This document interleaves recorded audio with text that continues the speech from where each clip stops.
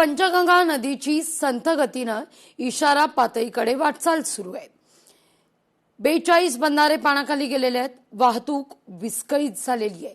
पर्यायी मार्गाने वाहतूक या ठिकाणी सुरू आहे। राधानगरी धरणाचे स्वयंचलित दरवाजे कोणत्याही क्षणी उघडण्याची शक्यता आहे। आढावा घेतला आपले प्रतिनिधी सतेज औंधकर यांनी। कोल्हापूर शहरात जरी पावसाची उघडीप असली तरी पश्चिम घाटमाथ्यावरती मुसळधार असा पाऊस कोसळतोय। परिणामी पंचगंगा नदीसह जिल्ह्यातील सर्वच नद्या या दुथडी भरून वाहताना आपल्याला पाहायला मिळत आहेत।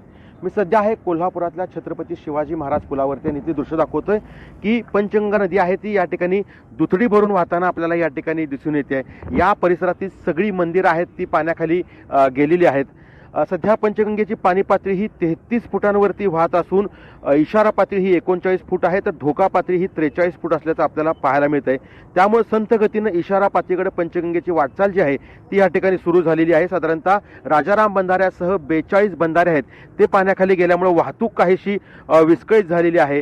राधानगरी धरण आहे ते पूर्ण क्षमतेनं जवळपास भरत आलेले आहे। त्यामुळे कोणत्याही क्षणी राधानगरी धरणाचे स्वयंचलित दरवाजे हे उघडण्याची शक्यता देखील निर्माण झालेली आहे। कोल्हापूर शहरात पावसाचा जोर जरी कमी असला तरी ग्रामीण भागात पावसाचा जोर आहे तो चांगला आहे। विशेषतः पश्चिम घाटमाथ्यावरती आणि धरण पांडव क्षेत्रात देखील पावसाचा जोर चांगला आहे।